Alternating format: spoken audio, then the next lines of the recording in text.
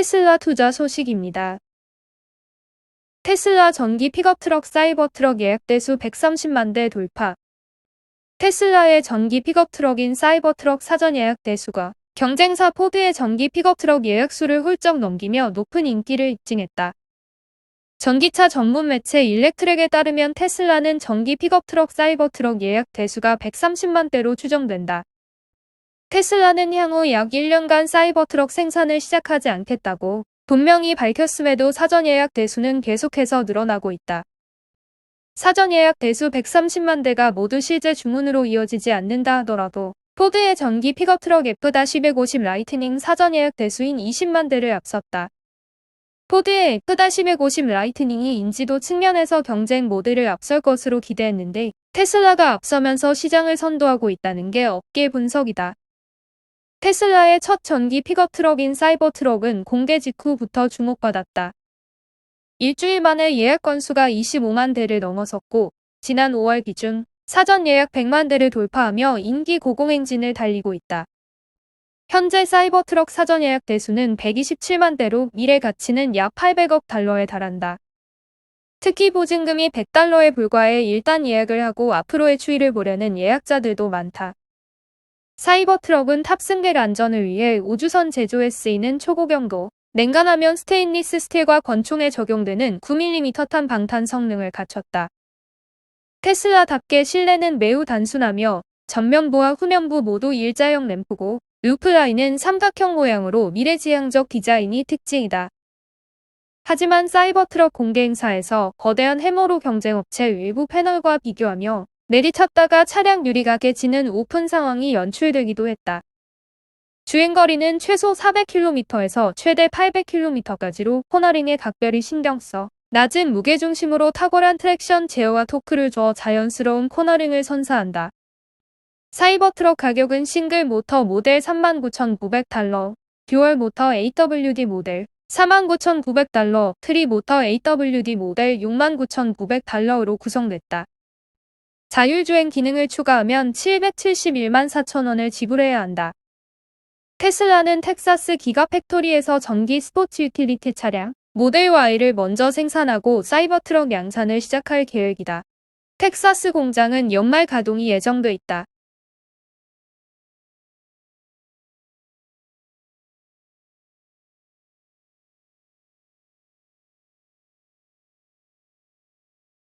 리비안 투자 소식입니다. 리비안, 아러네스 배송 줄줄이 연기. 연내 양산 불투명. 미국 전기차 스타트업 리비안이 스포츠 유틸리티 차량 아러네스 배송을 4개월 이상 늦췄다. 전기 픽업트럭 아런티에 이어 아러네스도 생산에 차질을 빚고 있는 것으로 보인다. 업계에 따르면 리비안은 아러네스 런치 에디션을 사전 주문한 고객들에게 배송 지연을 알리는 메일을 보냈다. 당초 내달 생산에 들어가 내년 1월 인도될 것으로 예상됐지만 첫 번째 배송은 내년 5에서 6월로 미뤄졌다. 이는 그나마 가장 빠른 일정이다. 올해 3월 예약한 고객은 내년 6에서 7월에야 차량을 받게 됐다. 내년 7에서 9월 배송된다고 통보받은 고객도 있었다. 배송 일정이 줄줄이 지연되며 일부 고객들은 주문을 취소했다. 리비안 차주 커뮤니티인 리비안 오너스 포럼에는 기다리는데 지쳤다며 불만을 표출하는 글들이 올라왔다. 리비안은 아러네스의 생산 일정을 언급하지 않았지만 배송 연기를 고려할 때 예상보다 늦어질 가능성이 높다. 해를 넘길 수 있다는 관측도 나온다. 아러네스와 아런티는 5만 대 넘게 사전 예약이 이뤄졌다. 높은 호응을 얻고 있지만 생산 속도는 수요를 따라가지 못하고 있다. 리비안은 지난 9월 아런티를 출시한 후 하루 2대꼴로 생산해왔다. 양산을 시작한 지 5주가 지난 10월 22일까지 생산량은 총 56대에 그쳤다. 고객 인도량은 42대에 불과했다. 내부 임직원과 인플루언서, 홍보용 차량이 대부분인 것으로 알려졌다. 리비안은 생산량 확대에 매진하고 있다. 9월 14일부터 10월 31일까지 아런티 180대를 제조하며 하루 평균 생산량을 3.8대로 끌어올렸다. 연말까지 1200대를 생산하고 1000대를 인도하겠다는 계획이다.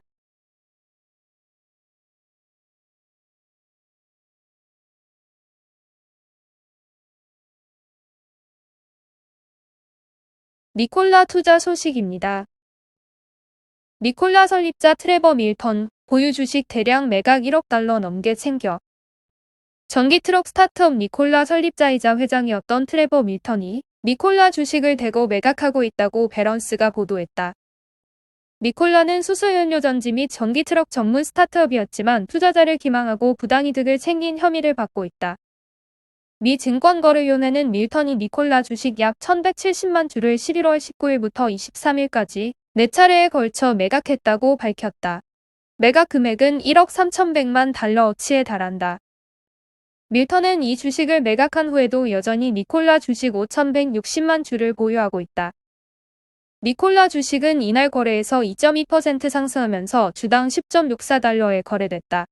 S&P 500 지수와 다우존스 산업평균 지수는 각각 0.1%, 0.1% 상승했다.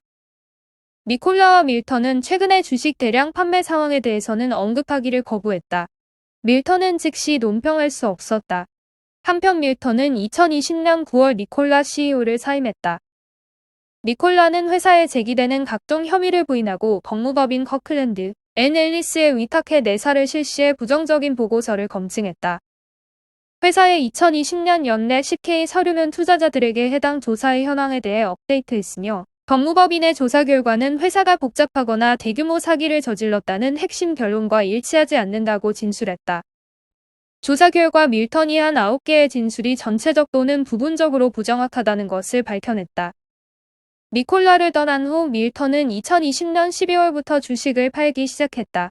현재까지 그는 약 4천만 주를 팔았다. 그가 당초 보유했던 니콜라 주식은 약 9,100만 주였다.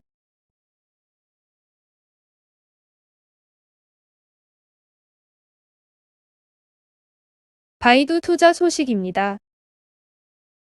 중국 최대 검색 엔진 바이두와 스타트업 샤오마 지싱은 25일 베이징에서 처음으로 유료 자율주행 택시 운행을 시작했다. 신랑제경과 신화망, 북경일보 등에 따르면 바이두와 샤오마 지싱은 이날 베이징시 남부경제개발구에서 자율주행 택시 상업 서비스에 들어갔다. 그간 자율주행 택시는 도로에서 무료로 시험 운행했는데 유료 서비스는 중국 최초다. 바이두는 로보택시 상업 서비스를 허가받았다며 67대의 자율주행 택시를 투입. 우선 경제개발구 60제곱킬로미터 안에 있는 600여 곳에서 승하차한다고 전했다. 이용자는 전용 앱으로 로보택시를 호출하며 목적지까지 이동해 요금을 지불하는 방식으로 운영한다. 요금은 중국 고급차 호출 서비스와 비슷하며 서비스 시간은 오전 7시 오후 10시다. 샤오마 지싱도 웨이보 공식 계정을 통해 베이징시로부터 자율주행 택시 운행 허가를 받았다고 밝혔다. 오전 8시 30분 오후 10시 30분 운행하는 샤오마 지싱의 자율주행 택시는 경제개발구 내 200곳에서 타고 내릴 수 있다. 바이두는 앞서 지난 17일 2030년까지 자율주행 택시를 전국 100개 도시로 확대 전개할 계획이라고 발표했다.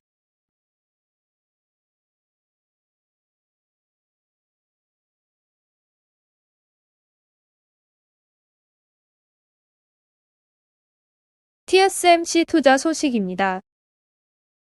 대만의 TSMC가 오는 2023년부터 애플 아이폰에 들어가는 맞춤형 5G 모뎀 칩을 양산할 계획이다. 니케이아시아는 애플이 퀄컴에 대한 의존도를 줄이기 위해 자체 설계한 5G 모뎀 칩 채택에 박차를 가하고 있다고 전했다. 특히 TSMC와 협력을 통해 2023년까지 맞춤형 5G 모뎀 칩을 양산, 아이폰에 채택할 계획이다.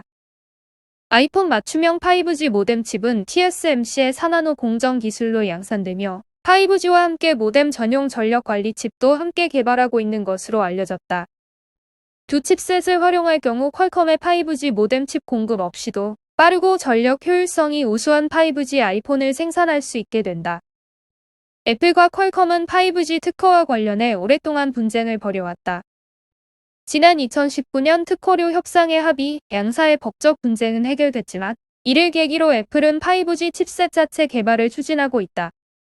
5G 모뎀 칩에 대한 퀄컴 의존도를 줄임과 동시에 칩셋 공급선 다변화, 특허료 절감 등의 효과를 얻고자 위함이다. 모뎀 칩은 통화 품질과 데이터 전송 속도를 결정하는 중요한 구성 요소다. 미국의 퀄컴이 관련 특허를 상당수 확보하고 있고 대만의 미디어텍과 중국의 화웨이가 5G 모뎀 관련 특허를 빠르게 확보하면서 거대한 특허 장벽을 구축해 놓은 상태다. 애플의 경우 2019년 스마트폰 모뎀 칩 개발을 포기한 인텔로부터 해당 사업부를 인수 후 자체 5G 모뎀 칩 개발에 나설 수 있었다. 니케이 아시아는 애플의 모바일용 A 시리즈와 데스크톱용 M1 시리즈 칩셋 양산에 이어 5G 모뎀 칩 생산까지 TSMC가 맡음으로써 양사 윈윈 관계가 더욱 공고해지고 있다고 전했다.